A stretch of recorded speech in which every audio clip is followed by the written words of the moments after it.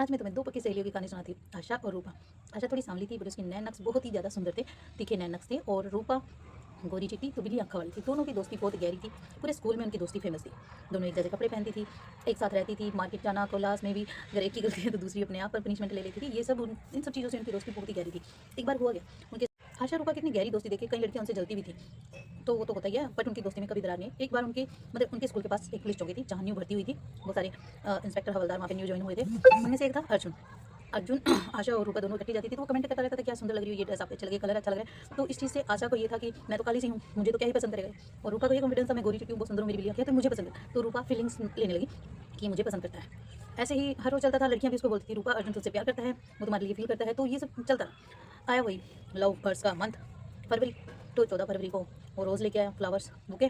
ऐसे ही आशा और रूपा जा रही थी, तो खड़ा था, तो रूपा ने भी देखा और आशा ने भी देखा। आशा थोड़ा किनारा होगी कि ये रूपा को प्रपोज करेगा, और मैं हट जाती हूँ साइड से।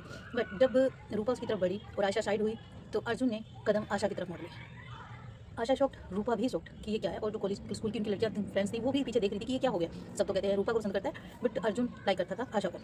आशा कुछ समझ नहीं पाई, उसने फ्लावर नहीं लिए, उसने रिजेक्ट कर दिया। बट रूपा को ये लगा कि आशा ने बीच में आ गई, उसके अर्जुन के रूपा के बीच में आ गई, तो उससे नाराज होगी। और वही दोस्ती तोड़ने वाले तत्व तो बहुत होते हैं। उन्होंने रूपा के कान भरे आशा के खिलाफ, आशा के कान भरे रूपा के खिलाफ कि वो खुश नहीं है तुझे देख के।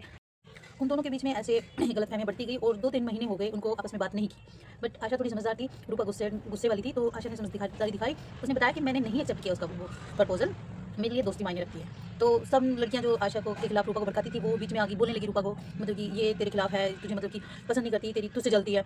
तो आशा ने कहा कि ऐसा कुछ नहीं है, मैं हमेशा रूपा की ही साथ रहती हूँ, रूपा मेरे लिए सब कुछ है, मैंने इसलिए अर्जुन को नहीं एक्सेप्ट किया, मैंने उसको ठुकरा दिया। तो रूपा वहाँ से नाराज़ होकर चली गई।